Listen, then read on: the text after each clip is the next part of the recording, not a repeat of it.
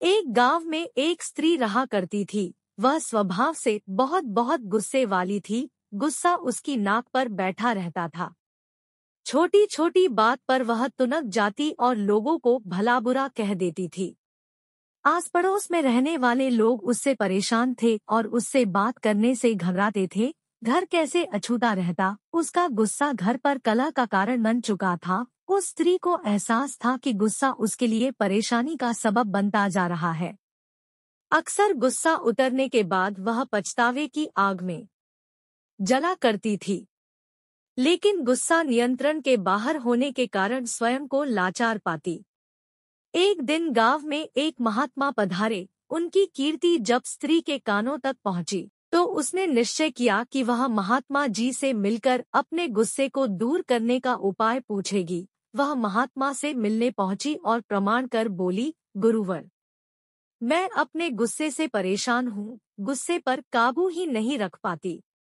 गुस्से में अक्सर लोगों को भला बुरा कह जाती हूँ और बाद में पछताती हूँ। मेरे गुस्से के कारण सब मुझे नजरअंदाज करने लगे हैं। इससे मैं बहुत दुखी भी हूँ। मुझे कोई ऐसी दवा दीजिए कि मैं गुस्सा करना छोड़ दूँ। महात्मा ने उसे एक शीशी दी और बोले, पुत्री, इस शीशी में क्रोध दूर करने की दवा है।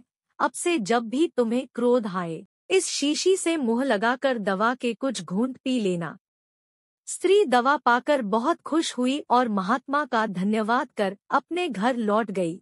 उसके बाद उसे जब भी गुस्सा आता वह शीशी से मुंह लगाकर दवा पी लेती। धीरे धीरे उसका गुस्सा कम होने लगा। 7 दिन बाद जब शीशी की दवा खत्म हो गई तो वह फिर से महात्मा के पास पहुंची और बोली, गुरुवर, आपने मुझे गजब की दवा दी है। पीते साथ ही गुस्सा छूमंतर हो जाता है। अब वह दवा खत्म हो गई है। कृपा कर मुझे उस दवा की एक शीशी और दे दीजिए। महात्मा मुस्कुराते हुए बोले, पुत्री, तुम्हें जानकर आश्चर्य होगा कि उस शीशी में कोई दवा नहीं थी। उसमें सादा पानी भरा हुआ था। क्रोध आने पर जब भी तुम उस शीशी से पानी पीती थी तो शीशी मुंह में होने के कारण तुम कुछ बोल नहीं पाती थी। क्रोध दूर करने का उपाय बस अपना मुंह बंद कर लेना है। अब से यही किया करो। सीख, क्रोध दूर करने का उपाय बस अपना मुंह बंद कर लेना है।